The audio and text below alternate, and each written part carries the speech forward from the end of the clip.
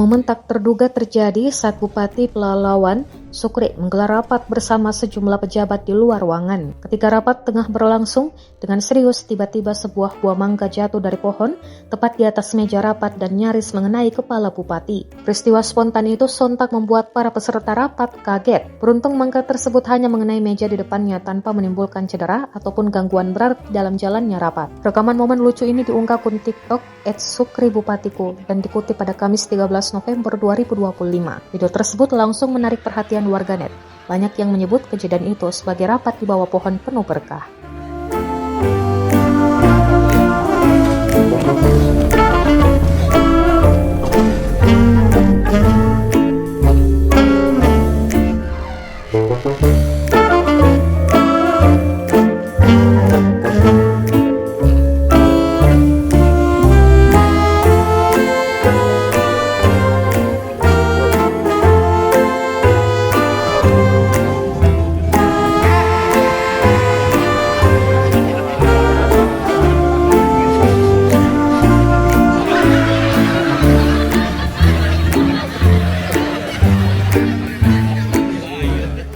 Download Tribun X sekarang, menghadirkan lokal menjadi Indonesia.